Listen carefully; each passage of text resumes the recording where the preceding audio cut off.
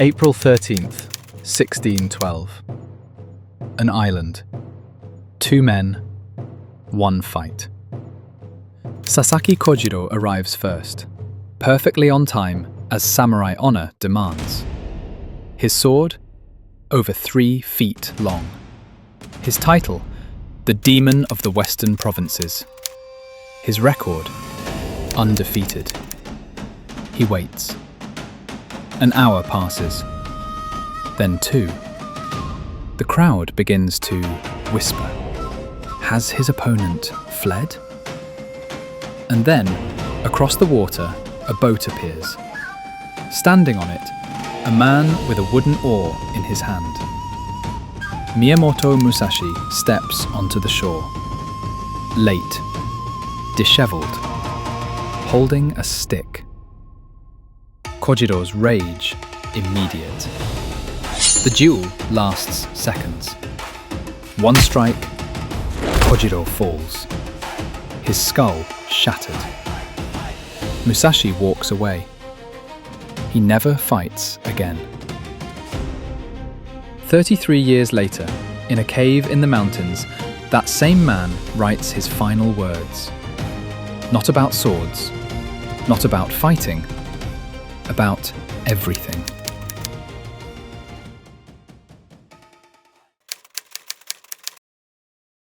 Miyamoto Musashi. If you know that name, you know the myth. The undefeated samurai, the master of 2 swords, the warrior who fought 60 duels and never lost. But the real story is stranger. He was born in 1584 during Japan's most violent era. His mother died when he was a toddler. His father, a swordsman, trained him brutally and then either died or abandoned him when Musashi was 9. By 13, he'd killed his first man in a duel. By 16, he'd killed his second. And then he just kept going. He wandered Japan for years, challenging masters, defeating schools, building a reputation.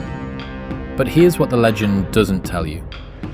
Musashi was strange. According to records, he never bathed, never married, never cut his hair. He lived like a monk who killed people. Some historians think he might have been on the autism spectrum. Others just call him obsessed.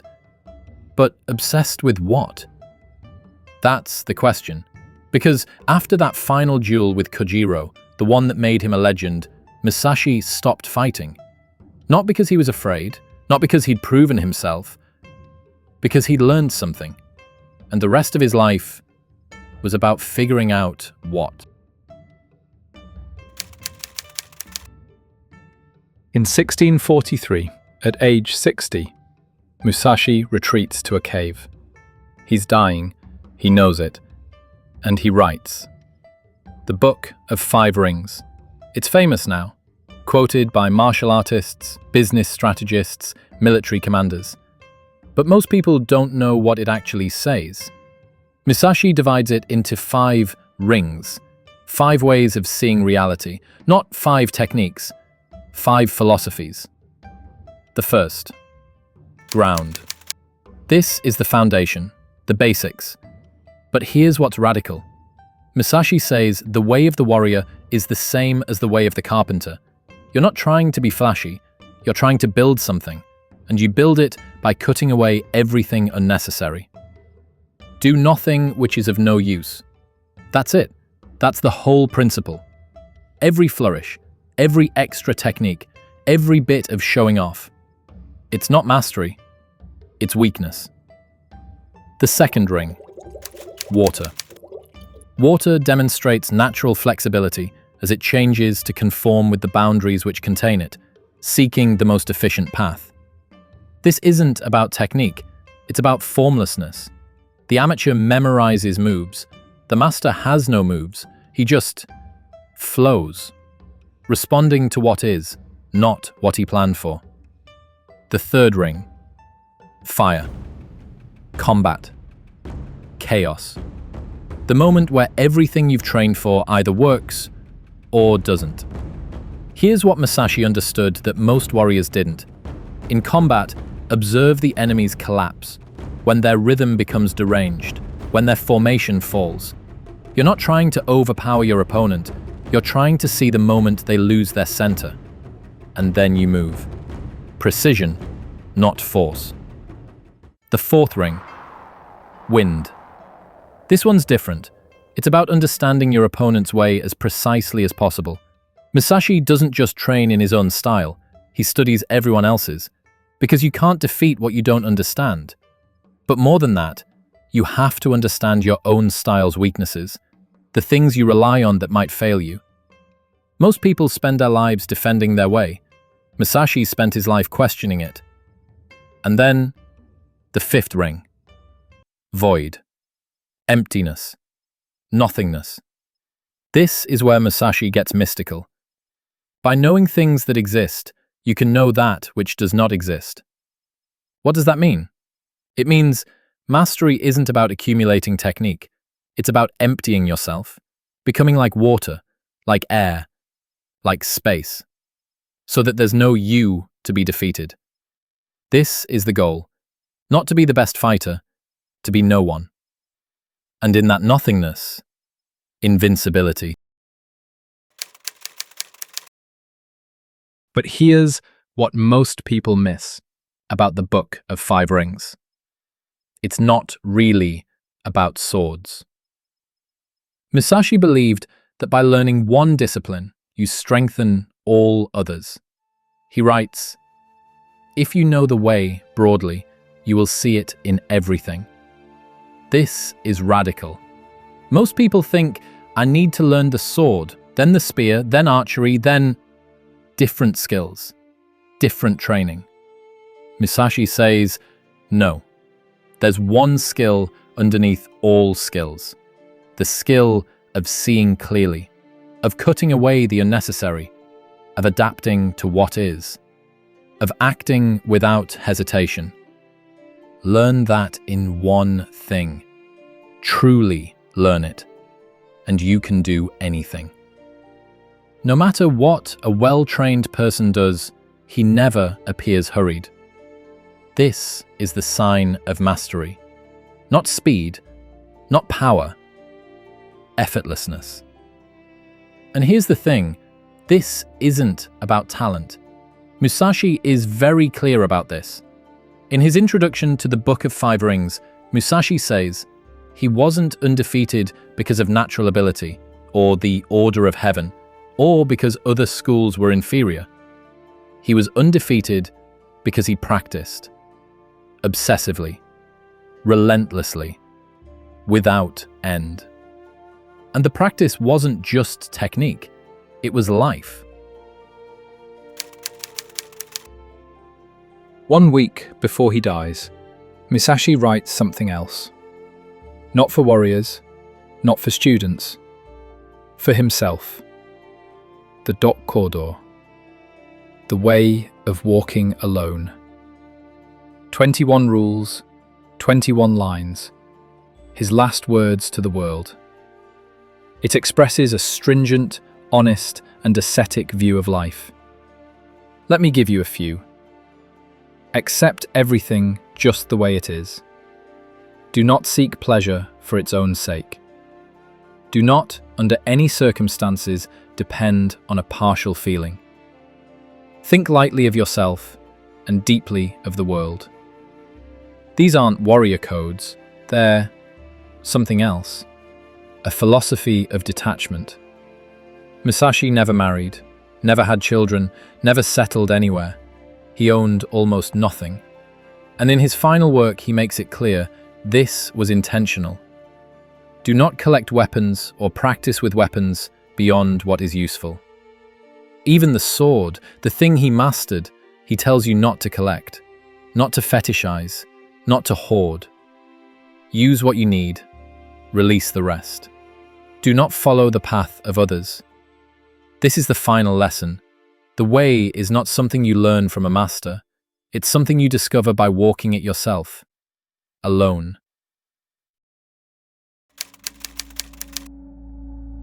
Okay, but why does a 400-year-old samurai matter to you?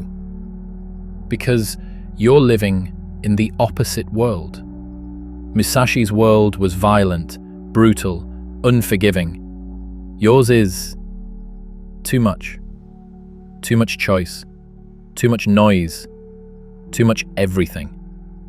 Musashi's entire philosophy is about subtraction, cutting away the unnecessary until only the essential remains. And in the modern world, that's the rarest skill. Think about it. Do not seek pleasure for its own sake. You live in a world designed to make you seek pleasure. Dopamine hits, instant gratification, algorithmic addiction. Do not, under any circumstances, depend on a partial feeling. You live in a world that weaponizes your feelings. Rage bait, fear-mongering, emotional manipulation. Think lightly of yourself and deeply of the world. You live in a world obsessed with self, personal brand, self-optimization, main character syndrome. Every single one of Musashi's principles is a direct counter to modern life. And that's why they work. But here's the part that's hardest to accept. Musashi wasn't trying to become a better self. He was trying to become no self. The Void teaches that a good martial artist needs to be like an empty vessel and acknowledge that he knows nothing. This is the opposite of confidence culture. You're not trying to fill yourself with skills, knowledge, accomplishments. You're trying to empty yourself. Because here's what Musashi discovered through 60 duels. The thing that gets you killed isn't lack of skill. It's attachment. Attachment to your technique. Attachment to your reputation. Attachment to your life. The moment you need to win, you've already lost. Musashi didn't defeat 60 opponents because he was the best swordsman. He defeated them because he had nothing to defend. No ego. No image. No self-concept to preserve. This is what void means. Not absence, not weakness. Space. And this is where Musashi's philosophy gets dangerous. Because if you actually do this, if you actually empty yourself, you become the kind of person nothing can bend.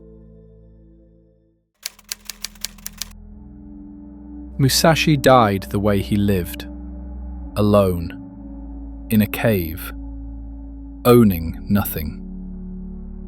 According to some accounts, at the moment of death, Musashi raised himself up, tightened his belt, put his sword in it, and seated himself vertically holding a cane, the traditional samurai posture.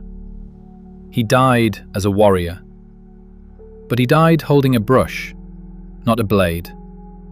The book he left behind, the Book of Five Rings, has been studied for 400 years by martial artists, by generals, by CEOs, by strategists.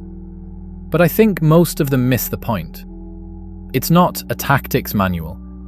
It's a philosophical text about how to see clearly, how to act without hesitation, how to master anything by mastering one thing, how to be invincible by becoming no one. And the final teaching, the Dokkōdō, makes it even clearer. Musashi's way wasn't about defeating enemies. It was about defeating attachment to pleasure, to possession, to identity, to outcome. You don't have to be a swordsman to walk this path. You just have to be willing to let go of the unnecessary techniques, of the need to impress, of the image you're trying to protect. Musashi never lost a fight, not because he was the strongest, because he was the emptiest. The greatest swordsman left one book behind, and in it, he tells you, the real battle isn't against opponents. It's against yourself, against your attachments, your ego, your need to be someone. And the only way to win is to let go.